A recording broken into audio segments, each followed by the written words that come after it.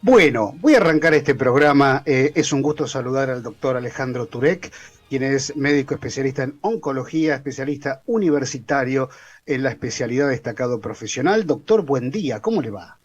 Buen día, Jorge, ¿cómo está? ¿Bien usted?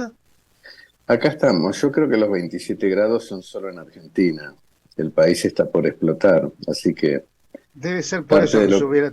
Sí. y parte de lo que vamos a hablar hoy es justamente que en estas situaciones donde el Estado y su población no se ponen fácilmente de acuerdo, se pierden algunas oportunidades. Y nosotros Ujú. lo que estamos viendo es que en Lo la escucho bajo, pospandemia doctor. Lo escucho un Es que poquito bajo. en la pospandemia, la gente que consulta, habíamos hablado ya antes, que consultaba siempre en estadios avanzados. Ujú. Y hoy que queríamos hablar de los costos del cáncer, vamos a empezar y a terminar los minutos que usted tan amablemente me brinda, diciéndole a la audiencia lo siguiente. Uno, no hay ninguna intervención médica más costo eficaz en oncología que educar a la población, informarla, hacerle reconocer si pertenece o no pertenece a un grupo de riesgo para tener cáncer, tener un muy buen sistema de atención primaria en medicina, planes de prevención y diagnóstico oportuno para todos y educar en lo que se llama hábito y estilo de vida, porque el 75% del diagnóstico tumoral para Latinoamérica tiene que ver con esto. A partir de ahí podemos hablar del costo del cáncer, que está altísimo porque muchas de las cosas que nosotros utilizamos vienen del exterior y están atadas a los temas económicos. Entonces, en un momento científico, académico, médico, donde jamás antes tuvimos este conocimiento y utilizando a diario la evolución tecnológica, que sí tiene algunas mejoras, mejores aparatos para diagnosticar, mejores herramientas para operar, mejor infraestructura para irradiar y obtener, lógicamente, mejores resultados de los tratamientos, algunos de los beneficios con las drogas nuevas, que son hipercostosas, son beneficios marginales. Y el Ujú. otro punto que tiene la discusión del costo es que la diferencia del acceso no se mantiene, se acentuó. Es decir, que usted puede tener en la misma provincia, en la misma ciudad, en el mismo barrio y a un par de cuadras, un paciente o una señora que consiga su terapia en tiempo y forma y otra con el mismo diagnóstico y la misma indicación esté 3 o 4 meses dando vueltas sin poder tratarse, porque la diferencia es el carnet y la Claro, cobertura que uno tenga. deambulando por los centros de derivación a ver dónde la aceptan. Sí, sí. Difícil ponerse en los zapatos de esa gente, ¿no? Bien, entonces yo estuve los últimos 6 meses estudiando este tema a pedido de un agente del exterior que quería que escribiera un artículo y uno ve que en países en situación económica muy, muy superior al nuestro, con alto ingreso por cápita, con un permiso tácito de un muy alto gasto por intervención médica, tienen otra conexión entre lo que es la regulatoria y la obligación de los financiadores. Le explicamos a la gente que el financiador sería el que paga un tratamiento o un diagnóstico o una internación. Básicamente en la Argentina el sistema mixto tiene tres: el Estado, la seguridad social, lo que nosotros conocemos como las obras sociales, Ujú. y la medicina de prepago. Entonces, a veces la regulatoria permite que lleguen al mercado drogas con estudios clínicos que no han tenido grandes beneficios en los resultados, que tiene algún sesgo, es decir, una superselección de pacientes que en el mundo real no vemos, y ese costo mensual exagerado para el uso en cronicidad, sin excesiva ventaja sobre otras drogas ya conocidas, hace que la farmacoeconomía del cáncer sí sea un tema para revisar desde cero cuando quien sea y acompañado por quienes sean tomen un nuevo gobierno y tomen como base la costo-eficacia. Esto es cuánto acepto pagar en la Argentina por cada año con muy buena calidad de vida para un paciente con cáncer, porque los límites en el exterior están bien marcados y acá no. No quiero entrar en el terreno de las utopías, pero históricamente, doctor, hemos escuchado siempre en las campañas el tema de la salud y la realidad es que la salud nunca ha cambiado y como usted bien marca, se acentúa la diferencia entre los que más tienen y los que menos tienen y en este caso puntual, tan sensible como es la cuestión oncológica, estamos hablando de una línea muy, pero muy delgada, ¿no? Yo creo que es aún peor. Hay mucha gente que está escuchando que tiene un muy buen carnet de medicina prepago y no consigue un turno para los próximos 3 o 4 meses. Me Ah, parece que también. se ha igualado hacia abajo. Bueno, ayer nos vino a avisar un paciente que le daban el turno para la endoscopía descontrol para fin de octubre. Y uno de los médicos del equipo se enojó con razón, porque nosotros tenemos que saber si la enfermedad está en respuesta o no, y la única forma es la endoscopía, no podemos esperar 3 o 4 meses. Ahora, hay sí muchas cosas novedosas que permiten tal vez mejorar nuestra ineptitud en el manejo de los presupuestos, porque la primera dificultad en Argentina hoy, eh, ¿quién puede hacer un presupuesto para los próximos 3 o 4 meses en un área terapéutica? Hoy no. ¿Quién? Bueno, no se puede. Entonces, hay algunos países que tienen un poco más de tiempo y fondos para invertir y gente muy inteligente que está desarrollando con inteligencia artificial nuevos coeficientes para poder evaluar la costo-eficacia de un tratamiento antes de iniciarlo. Es decir, ante varias opciones terapéuticas similares, el coeficiente le dice al Estado, a la obra social o al sistema privado, mira, esta señora que se va a tratar 5 años necesitaría tratarse con esto porque los índices dan mucho mejor. Y entonces eso permite tener un listado de drogas útiles aceptadas por el sistema, Canadá, un sistema de drogas útiles aceptados por el sistema, Inglaterra, un sistema de drogas útiles aceptado por el sistema, Australia, un sistema de compra unificada por el Estado para las drogas de alto costo, Brasil está acá al lado, Uruguay, Chile, es decir, no tenemos que ir a lugares muy distintos ni hablar otro idioma para ver cómo hacen otros para manejar las cosas. Pero tengo que diferenciar en oncología que hay pacientes que se curan. Entonces, no puedo comparar tratar la leucemia linfoblástica infantil de un chiquito de 5 años, que sí es costoso, en costos directos por medicamentos, en costos indirectos por internación, en otro tipo de necesidades, traslados, gastos ocultos por complicaciones, porque eso siempre va a ser costo eficaz, porque voy a tener un chico que va a vivir toda la vida normal. Así que cualquier número que me pongan por delante, yo lo firmo y lo tengo que autorizar. En cambio, hay otro grupo grande de pacientes, que en general son adultos, que van a tener control de su enfermedad, control muy prolongado.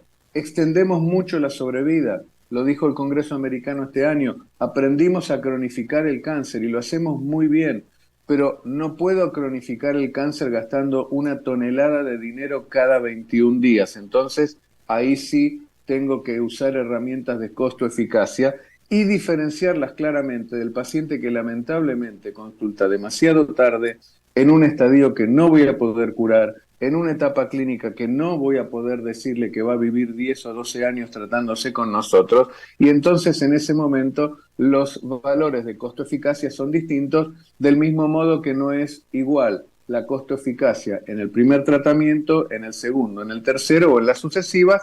Nosotros tenemos pacientes que viven 20 años, no puedo decir el nombre, por supuesto, pero cuando llego a la sexta o séptima línea de tratamiento y la señora de 83 años está muy bien, lo que estoy eligiendo es un tratamiento de bajo costo, porque simplemente lo que necesito es acompañarla, es una octogenaria. Entonces, nosotros hablamos a veces del costo de los medicamentos, pero hay costos quirúrgicos, de radioterapia, de traslado, de cuidados paliativos, internaciones, estudios diagnósticos.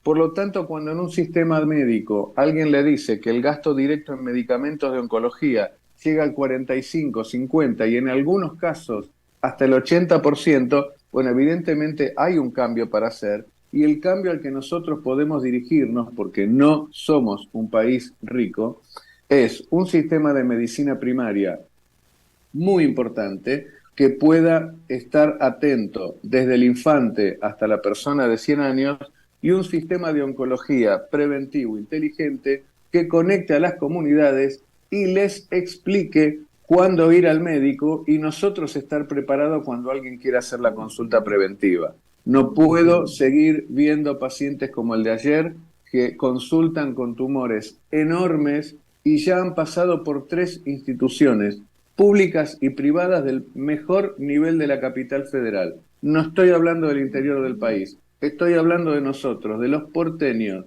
Es una vergüenza lo que estamos viendo. Y esto fue la pandemia. Lo habíamos hablado en alguna nota anterior. Siguen los coletazos entonces, las consecuencias de nosotros, los pacientes, que si antes llegábamos tarde, ahora llegamos mucho más tarde. Muy tarde. Así, nosotros tenemos tratamiento para esta gente, pero no tengo el mismo objetivo, no voy a conseguir el mismo resultado, son muy pocos los pacientes que rescatamos y entonces es una persona joven en pleno proyecto de vida social, personal, familiar, laboral, etcétera, que pierde todas sus posibilidades solo por llegar tarde. Y estoy hablando de gente que vive y se atiende en la capital. Así no tenemos el inconveniente de explicar a la audiencia que sí hay gente que vive en un paraje, sí hay gente que vive en un puesto, hay gente que vive en una ciudad pequeña, también hay que generar una red de derivación muy ágil que solo la oncohematología infantil tiene en Argentina. Sí, totalmente de acuerdo, doctor. Perdón. El otro día hablábamos con un médico del interior y también nos manifestaba esto, ¿no? La complejidad de tener que derivar, esperar la derivación, que le den cama, que le den tratamiento, la red de traslado, que son minutos valiosísimos que se pierden en vida. Y la confluencia de la capital federal como factor común denominador para todo un país, ¿no? Y el exterior. Sí, también. Pero está bien, nosotros, yo soy hijo de inmigrantes, así que si mi viejo no hubiera llegado acá y no se hubiera atendido en el hospital público, probablemente yo no hubiera nacido. No estoy en contra de que vengan todos los que necesiten alguna mayor complejidad. Estoy hablando de organizarnos, ¿sí? El otro punto es si usted tiene capacidad de trabajo para atender gente de otros territorios o regiones, hay que ver después un tema por ahí un poco desagradable para conversar, pero alguien tiene que pagar la atención. Nos pasó hace muchos años en un hospital de la universidad, se firmó un convenio entre la provincia de Buenos Aires y la universidad. Durante un par de años estuvieron viniendo pacientes de todos lados, se operaron, se irradiaron, se trataron, nunca se pudo cobrar un centavo, ni el hospital ni la cooperadora. Es decir, todas esas... Está bien, era un hospital público, hay que hacerlo y lo hicimos con mucho gusto, pero los costos de la oncología alguien los tiene que pagar. Y si va a ser el Estado, con mucha más razón, porque lo pagamos todos, debiera ser un gasto racional. El uso racional del recurso es algo que en Argentina es un tema pendiente de conversación. A ver, doctor, pero ¿por qué no es racional? Por ahí me quedé en esa parte. ¿Por qué no es un uso racional del recurso? Porque no estoy invirtiendo en prevención, diagnóstico oportuno y educación como hacen los países ricos del norte y estoy usando medicamentos que, dada la situación económica, en muy pocos años pasaron de valer cientos de miles de pesos a varios millones de pesos cada 3 semanas. Claro. El sistema no está preparado para pagar eso. Y eso es extensible a todas las áreas de alto costo terapéutico que no son el cáncer. Hay unas 10, 12 patologías neurológicas, autoinmunes, renales, metabólicas, cardiovasculares, que necesitan medicamentos de por vida de alto costo. Y la Argentina hoy no está capacitada para pagar eso, y si bien tiene una farmacéutica local de muy alta calidad, no fabricamos todo, no preparamos todo, no tenemos las materias primas para preparar o manufacturar todos los remedios, y eso es algo que también hay que organizar. Si vamos a generar todo localmente, tenemos una chance. Si no, las regulatorias y las agencias de los ministerios de economía de cada provincia se van a tener que poner de acuerdo en otro tipo de precios, y si podemos controlar los precios de cosas de uso diario, por ahí vamos a tener que controlar también el valor de algunos medicamentos o intervenciones, porque me parece que los sistemas no los pueden pagar. Bueno, claro, si abrimos el panorama a otras patologías como la Parkinson, qué sé yo, no sé, digo, de medicación crónica y de difícil acceso, tenemos casos muy famosos, notorios, donde incluso tienen que rogar para que entre o aprueben tal o cual medicación aquí en el país. Eh, no sé, la verdad que estamos en condiciones quizás de dictar una emergencia sanitaria, pero no se toma conciencia de esto, ¿no? Eh, qué sé yo, La no sé. Argentina, Jorge, la Argentina tiene una ventaja. La reglamentación dice que en algunos casos el paciente no paga un centavo. No es como otros países donde está el gasto de bolsillo. El gasto de bolsillo es el primer factor de bancarrota en Estados Unidos, en 14 estados de esa nación. Nosotros tenemos una ley muy abierta e inclusiva, pero otra vez, el tema son los precios. No toda la responsabilidad de la generación del costo se la puedo echar a un paciente que no tuvo atención reglada durante 3 años. No se lo puedo decir al equipo de salud porque está eligiendo una buena terapia. El tema de los costos también tiene que ver con los precios, como todo. Eh, Así que toda una reorganización y reingeniería de los costos en salud debe incluir a la oncología, porque es uno de los 3 primeros diagnósticos en frecuencia. La incidencia del cáncer está subiendo en Argentina, eso es mundial, y vamos a tener una cantidad de pacientes en etapas avanzadas cuando necesitan terapéuticas de mayor costo, en cronicidad, y todo eso no va a ser sustentable si nosotros no hacemos un cambio radical en la óptica de la salud, que es dirigirse a la prevención y no a la medicina de tercer nivel. No queda otra. Por lo que usted me relata, que lamentablemente no son buenas noticias en este sentido, sino que es realidad pura, no queda otra que la prevención, los estilos de vida y acudir al clínico, su médico de cabecera, de familia, quien sea, aunque sea una o dos veces al año, a título de prevención, y saber que el turno, por más que me lo den de acá a un mes, va a ser una consulta preventiva. Eh, Creo que hoy por hoy no nos queda otra. Las compañías americanas, por ejemplo, le presentan al gobierno de Norteamérica tratamientos novedosos que cuestan $260.000 por mes. Eso está publicado en el exterior y es así. Hace 10 años, estas drogas nuevas, o las que salían en ese momento, mejor dicho, valían 4 veces menos, que igual es un valor muy alto para nosotros. Y Uf. una cosa que a veces no se sabe es que en algunos casos puntuales la medicación en nuestro país en dólares es más costosa que en otros países de mayores ingresos. Por lo Y sí. tanto, vuelvo a que el concepto de costo-eficacia en la terapéutica del cáncer debe ser agregado como un elemento más a tener en cuenta a la hora de definir una conducta terapéutica, porque tenemos tratamientos que responden espectacularmente bien, pero son altamente costosos y nosotros los repetimos cada 3 semanas, a veces durante varios años.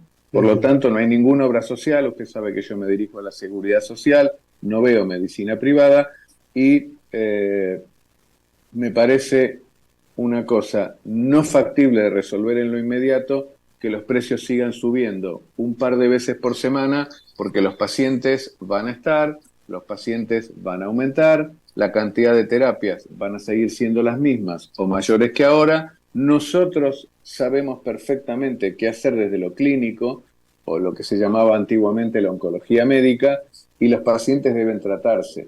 Las conductas de observar un paciente con cáncer porque tiene buen pronóstico o porque es una persona muy mayor son muy pocas. No Ujú. tenemos habitualmente la conducta de sentarnos, esperar y mirarlo periódicamente a ver en qué momento realmente la enfermedad se despierta y genera clínica, y entonces la empezamos a tratar.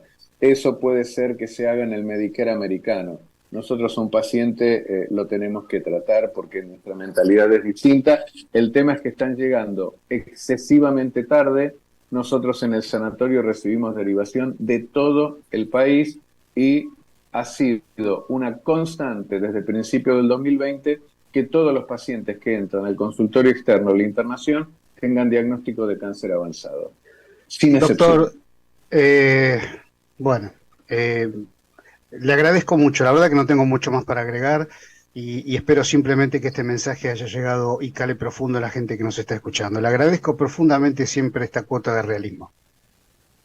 Y yo le agradezco a usted que me dé el tiempo para comunicarme con su audiencia. Muchas gracias. Un abrazo fuerte, doctor, ¿eh? Bueno, hoy estuvo con nosotros el doctor Alejandro Turek, especialista universitario en oncología, y el panorama es muy preocupante, muy preocupante. Nos vamos a una pausa, mensaje al 11 58 87 22 22. Ya vengo.